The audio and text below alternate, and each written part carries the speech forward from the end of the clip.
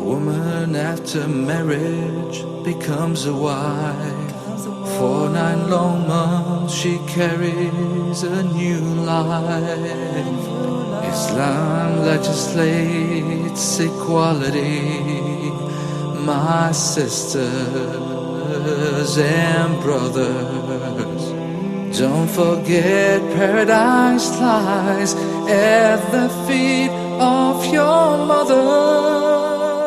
Assalamu alaikum wa rahmatullahi wa barakatuh. Welcome to another episode of The Art of Divorce. In the last episode, we ended at the point at which both parties should have mutual respect during the time and the process of a divorce. And to continue on the topic, we still have our guest from the United Kingdom, Sheikh Haitham Al-Haddad, who is also a member of the Islamic Sharia Council of the UK, as well as the director of MRDF, which is the Muslim Research and Development Foundation there in the UK. Assalamu alaikum and welcome. Wa alaikum assalam wa rahmatullahi wa barakatuh. Okay, let's go straight into the topic where you mentioned the last time that mutual respect, and the woman would continue to be his, and she would always carry the title the ex-wife of that person.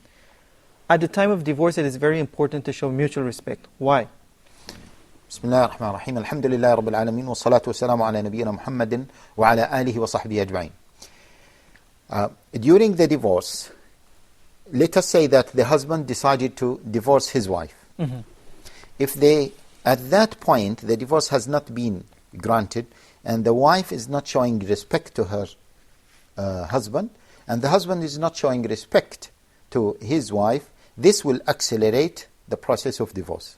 But if they are showing respect to each other, then this will delay the divorce. Mm-hmm. And moreover, the husband, in the back of his mind, he will consider his wife in the future. And I came across some amazing stories like this. In one of the cases, the couples decided to get divorced. And then after some time, both of them, they were acting in a very gentle way with each other, and they had the children. So they said, just wait a minute. The husband said to his wife, do you want to get married after being divorced from me? She said, no, I will never think about it. And the wife said to the husband, what about you? He said, no, I don't want to get married. Then, believe me, they came up with a conclusion that, okay, let us live together under one roof because of our children, for the sake of our children, and let us maintain this respect until we get the final decision to be divorced. And they lived like this for more than, what do you expect? 10 years. More than 10 years. And when they came to me, I was shocked. I said, for more than 10 years, you had no intimacy? They said, no. You were living under one roof? Yes. No fighting? No fighting. What about the children? The children understood the situation we are going through, and they are fine with it. And I was shocked. Subhanallah, that might be a solution. Both of them sacrificed because of the children. Mm-hmm. If they don't want to get married, then no need to get divorced. And in some other case, and I took this as an example, mm-hmm. and I advised some couples who are coming with this to maintain something, a lifestyle like this. Now, in many other cases, they said, oh, we decided to get divorced on a very professional way, mm-hmm. on goodwill, and we decided to maybe sleep separately. After 1 month, they could not handle this. A husband living with his wife under one roof, and sometimes they stay alone. Mm-hmm. So they had intimacy, and Allah Jalla wa Ala put love between both of them. Mm-hmm. The other thing, we said that the husband should not say to his wife, he should not hurt his feeling, even if he wants to divorce her. Same thing, the wife should not hurt the husband's feeling, even if she is about to be divorced from him. Okay. This will remain in their memory. Mm-hmm. And see, if a husband divorced his wife on a goodwill, as we have explained, then during the iddah period, it will be the possibility of him getting back to her is more than the possibility of him getting back to her if he remembers that she had hurted his feelings, or he hurt her feelings before. Yeah, because the time of remembering or reminiscing about their marriage would be the very last moment, how they separated from each other. Exactly. Okay, question here, Sheikh. We mentioned this in the last episode, and this is part of the mutual respect. You said that a husband is not allowed to hurt the feelings of the wife, nor vice versa. But if someone can't express the love, that he doesn't love his wife, but he can't express it, and she, there are some women who are emotionally hungry for love, and to see these sentimental feelings being shared. What if the husband is not able to do this? Yeah. In that case, we say in that case only, okay, the husband can consider the divorce as the last resort. But see, the feelings can be pretended to a certain degree. It is true that it will not be the right full feelings, full-fledged of feelings, but they can pretend it to a certain degree. And here I would like to stress on a point. I know that many of our viewers, when they hear this, that, oh, the Sheikh is calling us to be hypocrites. If I don't love her, I don't love her. No, Yahi. If you don't love her, don't tell her that I don't love you. Don't tell you look ugly. Don't look her that really I doubt that any man can get married to you. Same thing if the wife, she is waiting for the divorce from her husband to tell him, which is the case in most of the cases that we come through. She said, in fact, I never loved you. SubhanAllah. And this will hurt his feeling. So this is one point. And the other thing, love comes and goes. Love comes and goes. So maybe now you don't love her, maybe after some time you love her. I remember a case of a brother. He said, my wife, he was talking to me. Yeah? So his wife was not there. He said, I have a major problem with my wife. She is a good woman, but I'm not attracted to her because she had some physical things that I don't like. So I said to her, but this is not fair because you got married to her and you have seen this. He said, I didn't see these things properly in the beginning. Now I saw these things and really I'm not so attracted to her. I said, Ya akhi, think about it, etc. I did not push him because sometimes when you push a man, he will act differently. Yeah. But I mentioned certain points to him. So I said, the key point, divorce her on a goodwill. Don't spoil the relationship between you and her. Don't spoil the relationship between you and her brothers and your in-laws. And please, brothers, do remember this. This is part of the art of divorce. Divorce on a goodwill.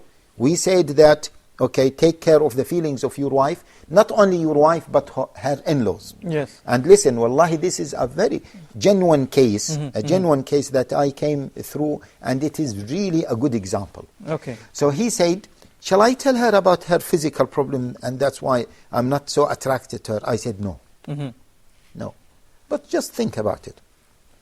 Subhanallah, the husband divorced her on a goodwill, and he explained to her brothers that something, okay, happened between us, no major problem, but I prefer to get divorced to your daughter. He didn't tell them about her physical, okay, maybe problem that he doesn't like. After some time, he left to another country to study. And just after 3 weeks, I do remember, he wrote an email to me and he said, Sheikh, what do you think if I go back to my wife? Because really now I appreciated her more, because now I am studying, I am exposed to many other women. First of all, I need a woman. And this is my point, sisters, this is my point, brothers. Now I realized how good wife was she. SubhanAllah. And subhanallah, he said, that is a very good decision, ya akhi, etc., etc. And then he went back, he left the country that he's studying, in order to go back to Britain in order to go take his wife. And he took his wife. Alhamdulillah, now they are living in harmony. So, as we said, divorce is not the end of this life. Do it in a goodwill. You don't know what is written in the ghaib. Yeah, because this is an interesting point you're mentioning there. Because if they separate on a goodwill, then reconciliation is very easy. Yes, exactly. And this is part of the, you can say, the skills of divorce. Yeah. So, we said Allah Jalla wa Ala allowed us to divorce the first time. Don't remember that there is another chance. And part of the art of this divorce process is to remember to ask yourself why Allah Jalla wa Ala gave us another time. Means Allah Jalla wa Ala knows that many people regret their decision. So there is a possibility. I divorced my wife, but there is a possibility that I go back to her. So if that possibility is there, let me maintain this divorce in a very professional way, if you can say, in a good way. I know many people, when we talk about art of divorce, they say, oh, are you encouraging people to divorce? No, as we said in the beginning, do it properly, do it right. So if he does it like this, then most likely he will go back to her. And the reconciliation, as you said, process, it will be very easy. Not only this, the in-laws, they will say, what? This evil person, he would like to go back to you? Imagine you divorced their daughter and you had a problem with her father, you had a problem with her mother, you had a problem with her brothers. They will say, we'll never allow this. While she might be willing to go back to him, but because of this social pressure now, she might say no. And this is very similar to the story that we mentioned before. Yeah, because the woman in herself is very forgiving, but because of and she's also quite related to her family. But I have another question in terms of what the person does if he doesn't love his wife, and you said that he shouldn't tell her. How is the way he expressed this? I want to know, how does he express and how does he begin to tell her that he needs a divorce from her without lying as well? But we'll take a short break here on the art of divorce, and we'll be back right after this. Don't forget paradise lies at the feet of your mothers.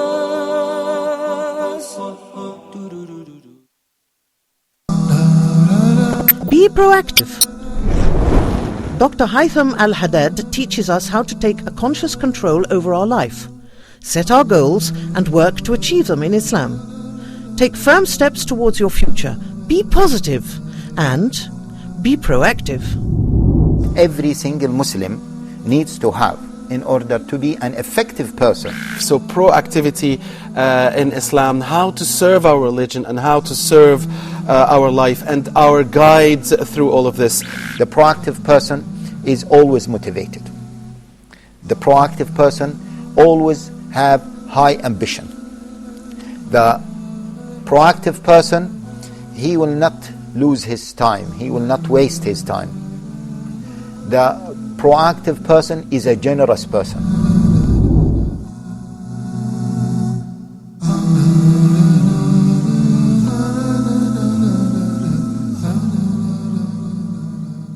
Don't forget paradise lies at the feet of your mother. Assalamu alaikum wa rahmatullahi wa barakatuh.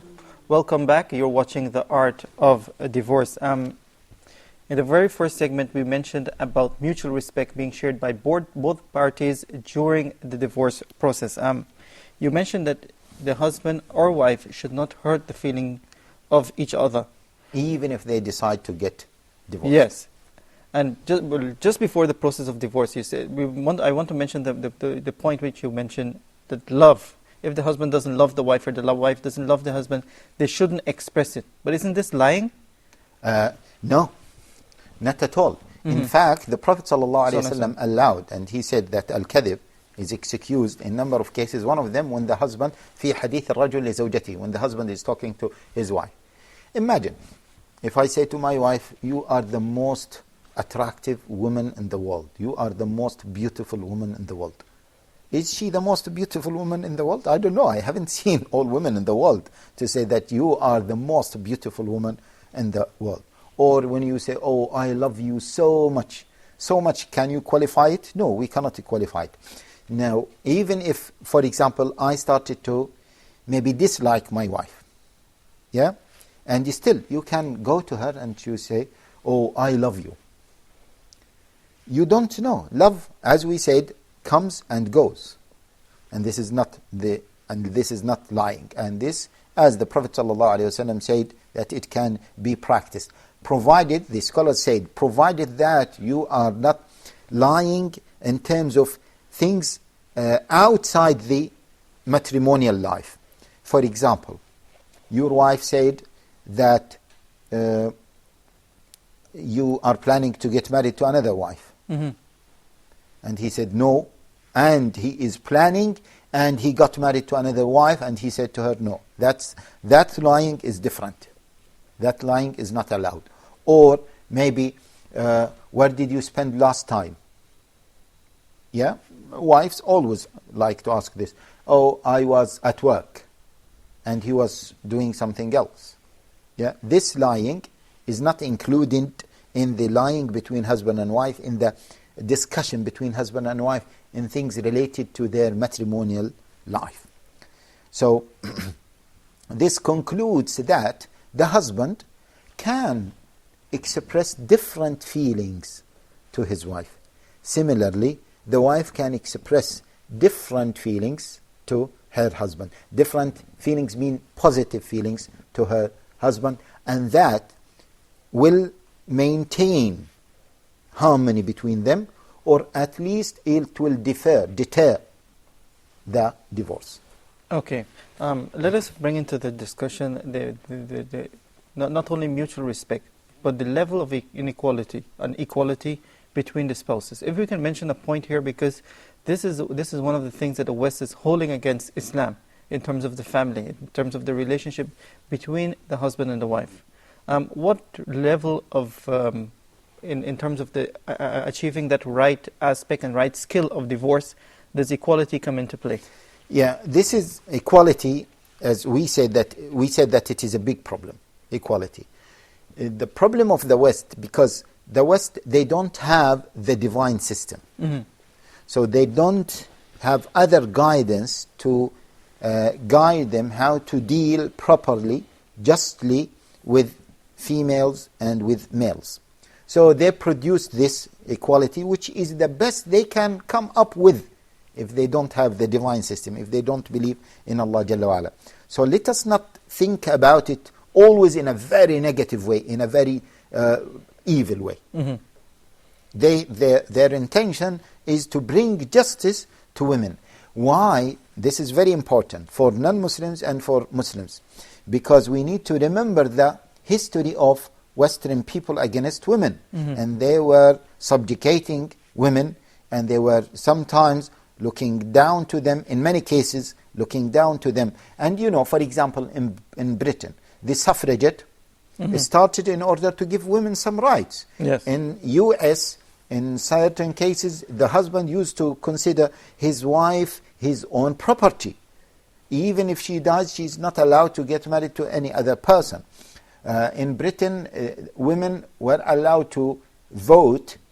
Vote means to have a right as an independent person, as a person, in just 1928. It went through stages, and I think the final stage was in 1928.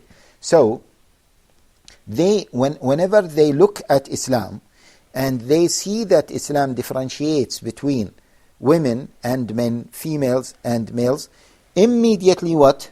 They recall their history. And that's why it is upon us as Muslims to explain this point to them. We are not subjugating women, but as we said before, I think we have mentioned at this point that Allah Jalla wa Ala created men and women differently. And Allah Jalla wa Ala says in the Quran, Maryam said, وَلَيْسَ الذَّكَرُ كَالْأُنْثَى. Mm-hmm. A female is not like male. Mm-hmm. They are different. So Allah Jalla wa Ala gave women or females their own rights and responsibilities according to their physical needs, and similarly gave men according to their rights, and they complement each other. A man and a woman, they complement each other. If they start looking at themselves as what? Competing with each other, this is a very important point. And when are they going to look at themselves as competing with each other? If they look at themselves as equal to each other. Yes. Then this sense or psychology of competition comes into place. And once the psyche of competition comes into place, then there will be problem. Okay, I don't want to take you out of this topic. I just want you to clarify a point right there. You said in terms of the equality, it's not really equality, it's complementing each other. Complementing each other. So is there anything that is in Islam that is equality between the man and the woman? We will come to that, but let me just mention this point, okay, before it escapes me. When the husband looks at his wife that she is equal to him because of the way he was taught in the Western educational system, yes, he will have injustice towards her. He would have injustice towards her. Exactly. When he looks at her as equal to him. Because the wife has her own needs, has her own weaknesses. He has some weaknesses, but she has different types of weaknesses. She has different needs. If he is judging her needs based on him because of this equality, then he might not be able to give her needs, he might not be able to fulfill her rights, and moreover he will raise the expectations from her. I hope that this point is clear. Because if I'm looking to the other person in front of me as equal to me, so I am expecting from him or from her as I expect from myself, while it is injustice that I am a man, physically different, psychologically different, to expect from my wife what I expect from another man. Let me give you this example. Physically, who is stronger, the man or a woman? The man, of course. Oh, the man is, of course. Even the West does accept this. Yeah. If I ignore this fact and I expect from my wife to provide me or to work as I work, is this justice for her or not? SubhanAllah. Of course, it's not justice. It is not justice.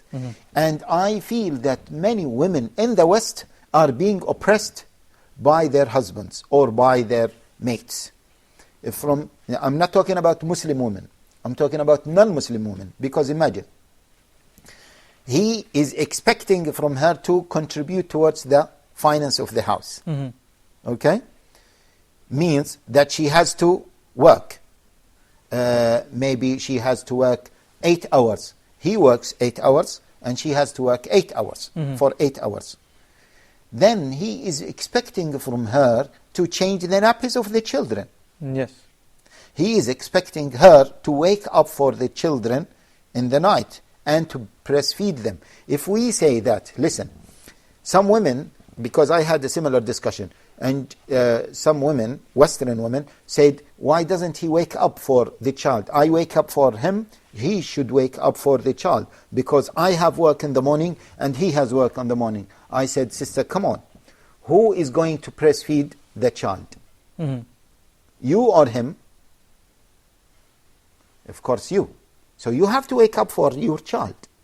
So, but then we will have the other problem, that she have to work for 8 hours in the morning, and he has to work for 8 hours in the morning, because of this equality. So this is injustice against women. Yes. So she has to feed the children, she has to change the nappies of the children, she has to wake up when they cry for any other reason, and in the morning she has to wake up and cook maybe the breakfast, to prepare the breakfast for the other children, and she has to work for 8 hours, and so on. This is injustice. And that's why I always advise sisters. And by the way, in the West, there are many statistics that prove that working women are not the best mothers. SubhanAllah. This is not my Islamic views. These are statistics and surveys. Working women are not the best mothers. And in many cases, they said that children, one recent report said the children who feel that their mother is not working, they feel more attracted and attached to her than a mother who is working. And they explain this by that the mother who is working, she doesn't have the attention, maybe the enough emotions to spend and express for her children. Because at the end of the day, she's tired. Exactly. And she is totally exhausted. And you will be shocked that when you read some surveys and the statistics, that even from a sexual point of view, the husband is more happy with a woman that does not work, from a sexual perspective. And they say that normally, if the mother or if the wife is not working, the husband, he enjoys this, what they said, 2 to 3 times of sexual relationship, while if she works, he might enjoy 1 sexual relationship every week. So even from that perspective, that's why we say to sisters, please avoid working. I know I'll be attacked by the Western people, but these are your statistics. This is not my Islamic statistics. So I advise sisters to avoid working. And if they have to work, they should make it very, very minimum. Your husband will be more happy with you. Your children will be more happy with you.